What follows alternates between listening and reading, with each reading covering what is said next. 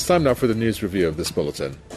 Ottawa says it is deeply troubled at what it calls lack of transparency surrounding the trial of two Canadian nationals held in China. Canadian Foreign Minister Marc Garneau said that his country continues to work towards an immediate end to the, quote, arbitrary detentions. Garneau also thanked his international partners for their continued support. Separately, the Canadian Prime Minister Justin Trudeau accused China of holding the trials in secret. Former diplomat Michael Kovrig has been detained in China since December 2019. His trial was held one day after the closed-door hearing of another Canadian, Michael Spavor, on the weekend. Both were formally charged with espionage last June. The trials followed Canada's arrest of top officer of Chinese tech giant Huawei in 2019. Robert Fantina is an author and journalist joining us from Ontario. We also have Tony Gosling, who's an investigative journalist, joining us from Bristol. I'd like to welcome you both. Let me first start with you, if I may, Robert Fantina. Given the fact of what Canada has done in terms of its arrest of the Huawei official, do you think that China is getting back at Canada for doing this? It's very possible that it's a kind of a tit-for-tat situation, and this is not something that the world diplomatic environment really needs at this time. China, of course, should be more transparent in its trial of these men. But again, are they pawns in a political game between Canada and China? That's very likely. It's also interesting that the United States has come in favor of the Canadians and in opposition to what China's doing, when, of course, the United States holds its own political prisoners and tortures them in foreign rendition sites. So it's totally hypocritical of the United States to be involved in this in any way. But yes, certainly there needs to be more transparency, and these men deserve justice, whether they are guilty of spying or not. Whatever it is, it should be publicly made known to the world. Well, Tony Gosling, when we take a look at this, is China also taking into account the way that the U.S., based on reports and as our guest there indicated, maybe has directed Canada to make that arrest, and therefore is of the Huawei official, and therefore it has reacted to this with that in mind also? Well, you're very naughty putting words into my mouth. I have been accused many times of being a conspiracy theorist when I suggest that perhaps, as John Pilger has suggested, that there is a war being cooked up here between the West and China. Because if the Canadians, and let's face it, NATO, which they're part of, wanted to defuse this situation, if they cared whether or not Michael Kovrig and Michael Spavor are allowed to come back home, and I'm sure they would be released immediately, there's a very simple thing they can do. They can release Meng Wanzhou, who, by the way, was grabbed just at the airport in Vancouver when she was making a transit flight back in December 2018, even though she's the deputy chair of Huawei and also their chief financial officer, one of the most important companies in the world. So if they actually want to do something to defuse international tension and to get their two Michaels released and back to their homes, to their families, etc., it's a very, very simple thing to do. Release Meng Wanzhou. And I mean, I don't think they're going to do that, because I believe I'm right. I believe there's deliberate attempts here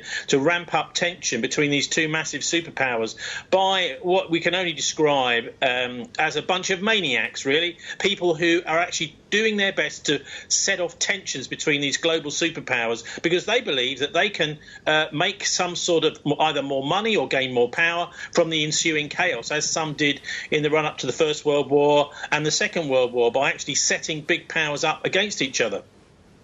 So if we're looking at that type of scenario, Robert Fantina, is that the end game, do you think, that the U.S. is after?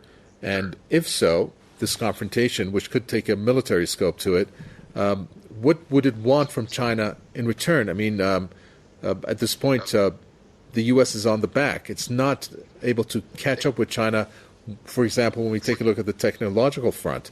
But it hasn't really said anything except to stoke tensions, for example, in the East China Sea with China on a variety of issues. Yes, and I agree with what your other commentator has said, that the United States, of course, is only looking for increased power in the world and increased profits for the oligarchs who run the United States. And a confrontation with China would certainly possibly bring that to pass. However, the catastrophe it would cause for the world is beyond the imagination. I hope that cooler heads will prevail, that this current situation will be diffused, and that future similar situations will not occur. Because what it would mean, another major war would mean for the world, would be just unspeakable. I can't even comprehend the destruction and the suffering and the chaos that would result from that.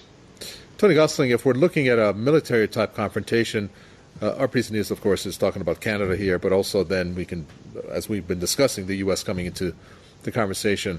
Are there going to be other countries on board with the U.S. when it comes to China? Well, I don't know that there will be. I think that there is some pressure to put, some of the European states on, and there has been for a long time with Russia. We easily forget that the role that the treacherous mainstream press in the West has been playing here.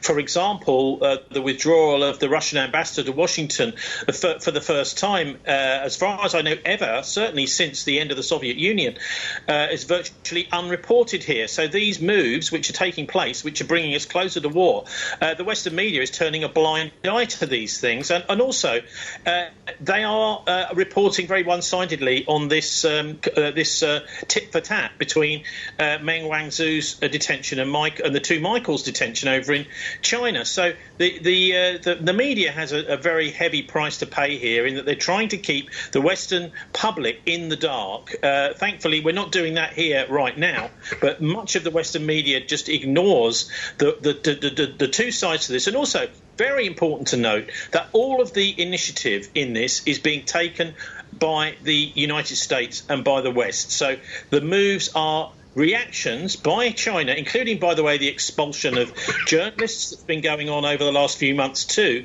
has all been as a reaction to moves by the United States. So although the United States likes to think that it can keep the public bamboozled with the CNN, the BBC and the rest of them, actually it's quite clear to anybody that's paying attention that all of these evil chess moves are being made by the United States, and all that China is doing is just responding as it has to do. It cannot ignore moves like the effectively kidnapping of Meng Wanzhou, one of their most important and precious executives and business people in the race for technology. And it's a race for technology that the Americans are not just losing, they've lost it. They cannot compete with China on international markets, and so they're using underhand tactics and potentially putting millions of people at risk, because they've lost what is effectively a battle for technology and to be able to produce good items at a cheap price and at a competitive price.